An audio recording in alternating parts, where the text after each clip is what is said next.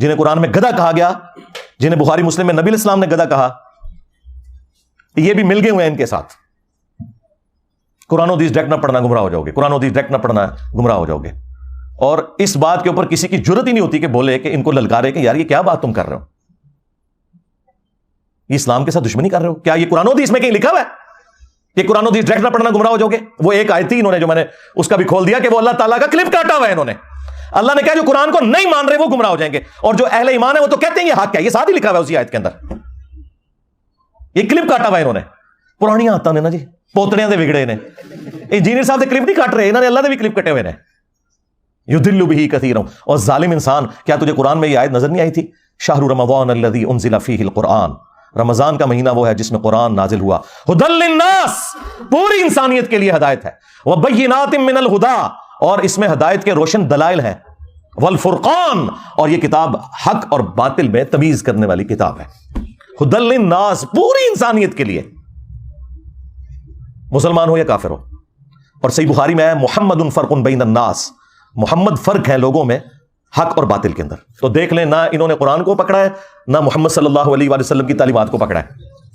اور اگر کوئی پوچھیں تو کہتے ہیں جی پیچھے اللہ رسول ہی ہے۔ ہاں، اللہ رسول پیچھے رکھنے واسطے نہیں ہے، آگے رکھنے واسطے ہے، پیچھے اللہ ہی رسول ہے۔ عزتیں اویل کی ہیں تم نے اللہ اور اس کے رسول کے نام کے اوپر، عز وجل و صلی اللہ علیہ وآلہ وسلم۔ چندے کھائے ہیں تم لوگوں نے، جدادیں بنائی ہیں، رسول اللہ صلی اللہ علیہ وآلہ وسلم کے نام پر دھوکہ دے کر لوگوں کو، مکے اور مدینے کے نام کی آوازیں لگا کر تم نے سواریاں سوار کی، لیکن پھینکی جا کے بغداد میں، اجمیر میں، دیوبند میں، بریلی میں۔ غداری کی ہے تم لوگوں نے، اور دیکھو پھر اللہ تعالیٰ نے تمہارے اوپر بلائے کتنی بڑی چھوڑ دی ہے۔ جو کہتا ہے کہ میرے نبی عیسیٰ ہے ہی کوئی نہیں، تیرے بابے تھے شے ہی کوئی نہیں۔ اس تکلیف کا اندازہ آپ کو ہوگا جب آپ دعوت کا کام کریں گے، پھر آپ کو پتہ چلے گا انجینئر صاحب تو بہت نرم ہے، وہ تو خالی شعر پڑھتے ہیں، ان کے ساتھ تو کچھ اور ہونا چاہیے۔ یہ قرآن کے ساتھ غداری ان لوگوں نے کی ہے۔ اگر آج مسلمان اس واقعے کے بعد یہ ایک سبق لرن کر لینا کہ ہم نے خود بھی قرآن پڑھنا ہے ترجمے سے، قرآن کی تعلیمات کو سیکھنا ہے اور اپنی اولاد کو بھی سکھانا ہے، تو میں کہتا ہوں یہ نقصان کچھ بھی نہیں ہے اگر ہم یہ کرنے میں کامیاب ہو جائیں۔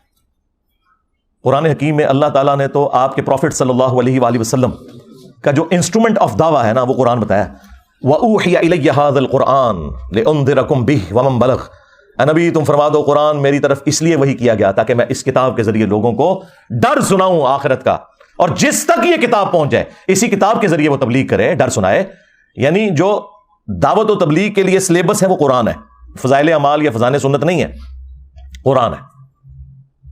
فذکر بالقرآن من یخاف وعید، اے نبی قرآن کے ذریعے تبلیغ کریں، ڈر سنائیں ہر اس شخص کو جو اللہ کی دھمکی سے ڈرنے والا ہے۔ اور نبی الاسلام کے دنیا سے تشریف لے جانے کے بعد قیامت تک کے لیے اللہ تعالیٰ نے ختم نبوت صلی اللہ علیہ وآلہ وسلم کی برکت سے اس کتاب کو محفوظ بھی کر دیا ہے۔ انا نحن نزلنا الذکر وانا لہ لحافظون، بے شک اس الذکر قرآن کو، یاد دہانی کو، جو اللہ کی یاد دلانے والی کتاب ہے، کتاب نصیحت ہے، ہم نے نازل کیا، ہم ہی اس کی حفاظت کرنے والے ہیں۔ اگلی کتابیں ٹیمپر ہوتی تھی، نیا پیغمبر آ جاتا تھا، اب چونکہ پیغمبر کوئی نہیں آنا تو اللہ تعالیٰ نے اس کتاب کو قیامت تک کے لیے محفوظ کر دیا۔ پھر اللہ تبارک و تعالیٰ نے امت کے لیے فرما دیا وَلَقَدْ يَسَّرْنَا الْقُرْآنَ لِلذِّكْرِ فَهَلْ مِن مُدَّكِرٍ،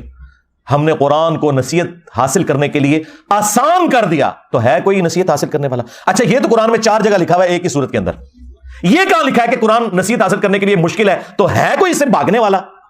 اور یہ تو آپ کو مولوی کہہ رہے ہیں قرآن و حدیث ڈائریکٹ نہ پڑھنا گمراہ ہو جاؤ گے۔ ان ظالموں سے پوچھو کہ ہمارا عقیدہ تو قرآن میں ایک سورت میں 4 دفعہ اللہ تعالیٰ نے بیان کیا ہے، وَلَقَدْ يَسَّرْنَا الْقُرْآنَ لِلذِّكْرِ فَهَلْ مِن مُدَّكِرٍ، ہم نے قرآن کو نصیحت حاصل کرنے کے لیے آسان کر دیا، ہے کوئی نصیحت حاصل کرنے والا؟ تم بتاؤ یہ قرآن میں کہاں لکھا ہے کہ قرآن ڈائریکٹ نہ پڑھنا گمراہ ہو جاؤ گے؟ وہ میں نے بتایا انہوں نے اللہ کا کلپ کاٹا تھا، اس کو بھی میں نے آج ایکسپلین کر دیا۔ تو تمہارا تو کوئی عقیدہ، کوئی دعویٰ قرآن میں لکھے نہیں، اس کے الٹ باتیں لکھی ہوئی ہیں۔ اتنا ظلم کیا تم نے اس کتاب کے ساتھ، تو تمہارا حشر وہی ہونا ہے جو قرآن میں لکھا ہے۔ وقال الرسول یا ربی ان قوم اتخذوا هذا القرآن مہجورا، رسول اللہ قیامت کے دن شکایت کریں گے کہ اے اللہ میری امت نے قرآن کو پیٹھ کے پیچھے ڈال دیا تھا، ہمیں صرف شفاعت والا ورژن بتایا گیا جو حق ہے، لیکن جو شکایت لگنی ہے کہ قرآن کو پیٹھ کے پیچھے ڈال دیا تھا وہ نہیں ہمیں بتایا گیا، اور پریکٹیکلی ہمیں نظر آ رہا ہے کہ قرآن کو پیٹھ کے پیچھے ڈال دیا گیا۔ اور نبی صلی اللہ علیہ وآلہ وسلم کو اس چیز کا غم ہے کہ مجھے قیامت کے دن اپنی امت کے خلاف گواہی دینی پڑ جائے گی کیونکہ انہوں نے قرآن چھوڑ دیا۔ صحیح بخاری اور صحیح مسلم دونوں میں حدیث موجود ہے، عبداللہ ابن مسعود رضی اللہ تعالیٰ عنہ کہتے ہیں کہ ایک دن نبی صلی اللہ علیہ وآلہ وسلم ممبر پر بیٹھے ہوئے تھے، تو آپ نے مجھے آواز دی کہ عبداللہ ہمارے قریب آؤ اور ہمیں قرآن سناؤ۔ تو کہتے ہیں میں نے کہا یا رسول اللہ قرآن تو آپ پہ نازل ہوا ہے، میں آپ کو قرآن سناؤں؟ تو آپ نے فرمایا کہ مجھے لوگوں سے سن کر لطف محسوس ہوتا ہے۔ تو عبداللہ ابن مسعود رضی اللہ تعالیٰ عنہ کہتے ہیں کہ میں نے نبی صلی اللہ علیہ وآلہ وسلم کے حکم پر سورۃ النساء کی تلاوت کرنا شروع کی، اور میں جب آیت نمبر 41 پہ پہنچا، آپ اندازہ کریں نبی صلی اللہ علیہ وآلہ وسلم نے آلموسٹ یہ 6 رکوع ہیں جو تلاوت سنی ہے، تو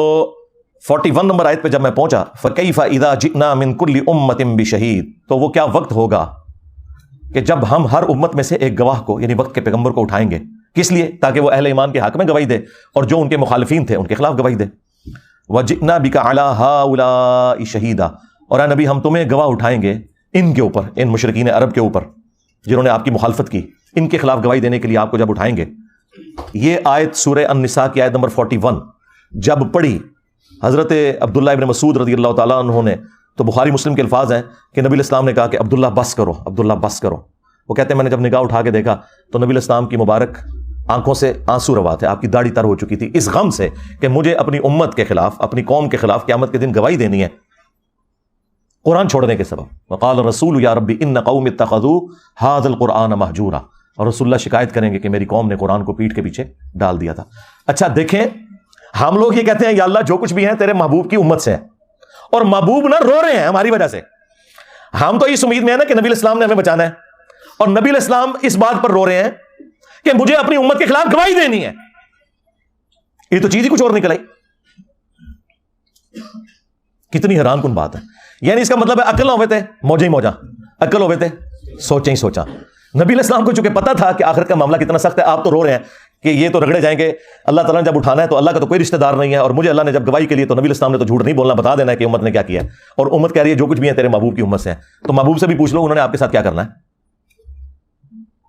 بخاری مسلم دونوں میں حدیث ہے، نبی علیہ السلام نے فرمایا کہ دیکھنا کہیں ایسا نہ ہو کہ قیامت کے دن کوئی شخص اپنی گردن پہ اپنا اونٹ اٹھائے ہوئے ہو اور وہ چیخ رہا ہو اغثنی یا رسول اللہ، یا رسول اللہ میری مدد کیجئے، میں تمہارے کچھ کام نہیں آؤں گا، میں نے دنیا میں تمہیں بتا دیا تھا اگر تم نے اونٹ کی زکات نہیں ادا کی، اللہ کا حق ادا نہیں کیا، تو یہ اونٹ تمہاری گردن پہ سوار ہوگا جب تم قیامت کے دن مجھے پکارو گے نا اغثنی یا رسول اللہ۔ اور یہ میں آپ کو بتاؤں یہ بریلویوں نے باقاعدہ بیج بنایا ہوا تھا، یہ میں نے میٹرک میں یہاں لگایا ہوتا تھا اغثنی یا رسول اللہ، اور یہ پتہ ہی نہیں تھا کہ اغثنی یا رسول اللہ کا جواب آگے سے کیا آنا ہے۔ پھر آپ نے ایک ایک چیز کا ذکر کیا کہ کسی کے گردن کے اوپر گائے سوار ہو، کسی کی گردن کے اوپر بکری سوار ہو، اور اس نے اس کا حق نہیں دیا۔ اور یہ تو بات ہو رہی ہے صرف زکات کی، نماز تو چھڑ ہی دو سرکار، جنہیں نماز نہیں پڑھی ہوئی وہ تو ویسے ہی فارغ ہے۔ اور ہم نبی صلی اللہ علیہ وآلہ وسلم کے اوپر امید لگا کے بیٹھے ہوئے ہیں، آپ نے تو شکایت کرنی ہے۔ بخاری اور مسلم دونوں میں حدیث موجود ہے، بخاری میں موقوفاً ہے، صحیح مسلم میں تفصیل کے ساتھ ہے کہ نبی علیہ السلام جب بھی خطبہ دیتے